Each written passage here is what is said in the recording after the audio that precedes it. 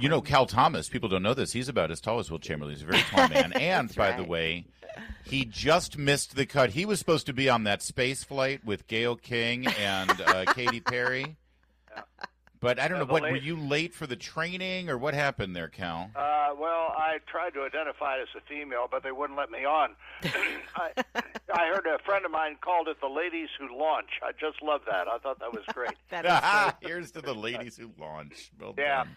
But I've been singing this morning another version of "We Shall Overcome" in light of Biden's coming out of intensive care yesterday and making a speech in Chicago, which he referred to colored kids going to segregated schools that he used to see. I mean, colored kids.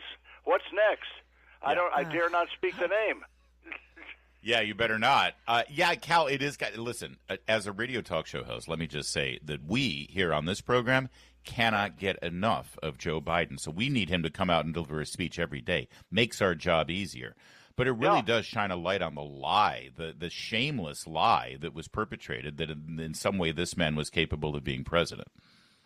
Well, I don't think there's any question about the great hypocrisy and the great dereliction of duty is in the media, especially with these books, Jake Tapper and others who came out who were floating the notion that Biden was fine, and last time I saw him, he was engaged, he was articulate. Nancy Pelosi, all the Democrat leadership, they all lied to us. Now, we know politicians lie; it's part of the deal.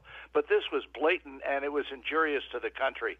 They should be ashamed of themselves. They should be asked to, testify before some kind of committee, at least to get the information out further. I just think it's pathetic. It really is. It's not the kind of journalism I started out with at NBC News in the 1960s, and it's certainly not the kind of journalism that America deserves.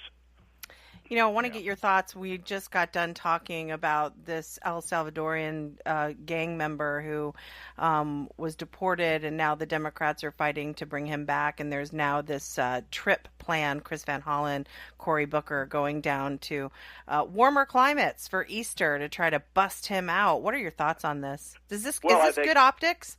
Oh, it's good. It's good for the Republicans. It's terrible for the Democrats. We now have two Democrat senators who are defending an illegal alien. Let's not forget the guy got here illegally. That's the basic thing. Okay, MS-13, you can have a debate on that and everything else, but he came to the country illegally, and I think it's going to make great optics for the Republicans.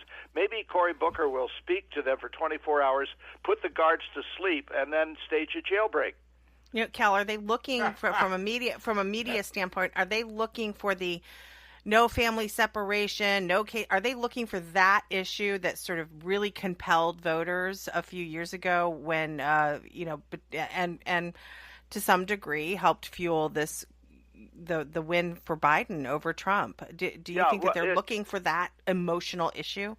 Of course, because that's all they've got. They got at the border before it was closed.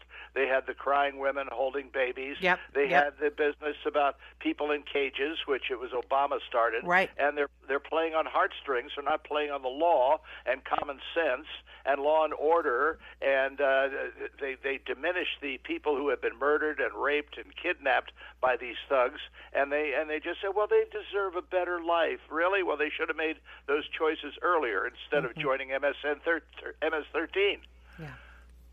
But somehow, I don't know how Donald Trump does this, Cal, but he's gotten them to defend. The whole narrative for Donald Trump is, I fight for you, I fight for America, I fight for the taxpayer, and those Democrats, they're fighting for everybody else, and they've played into this politically. Well, look at the ratings. They're just terrible for Democrats. They're down the 20 percentile. All they have now, they're coming back at Social Security again.